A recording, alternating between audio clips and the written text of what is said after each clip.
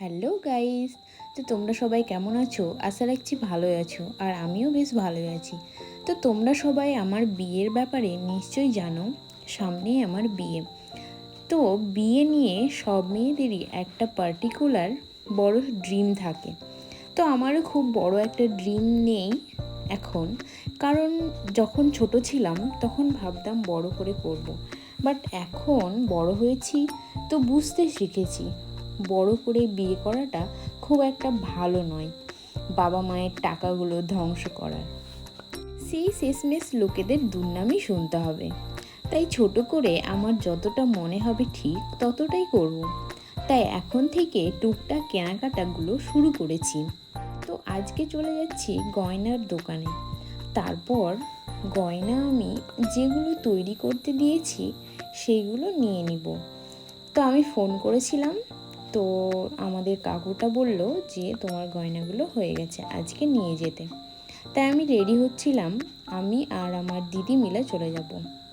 তো চলো, আমি রেডি হয়ে গেছি। এরপর ওখানে গিয়ে তোমাদের সঙ্গে দেখা হচ্ছে। তো আজকে আমি বাইক নিয়ে যাব না, কারণ দিদি আমার সঙ্গে আছে। তো দিদি বাইকে চাপতে একটু ভয় করে, তাই আমি আর দিদি মিলে চলে যাব টোটোতে। আমার ইচ্ছা ছিল বিয়ের কতদিন আগে থেকেই, কতদিন বলতে কয়েক মাস আগে থেকেই বিয়ের কেনাকাটা শুরু করব। আস্তে আস্তে সেগুলো শেষ করব।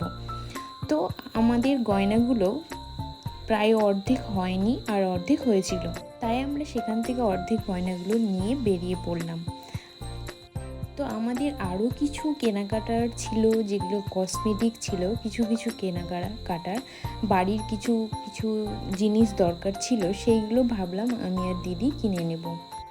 তারপর আস্তে আস্তে রাস্তায় দেখলাম ফুচকাওয়ালা। তো সেইখান থেকে তো আর চলে আসা যায় না, এগুলো পেরিয়ে কেউ চলে যেতে চাইবে না। তারপর আমি আর আমার দিদি মিলে খেয়ে নিয়েছিলাম পাপড়ি চাট আর দই ফুচকা।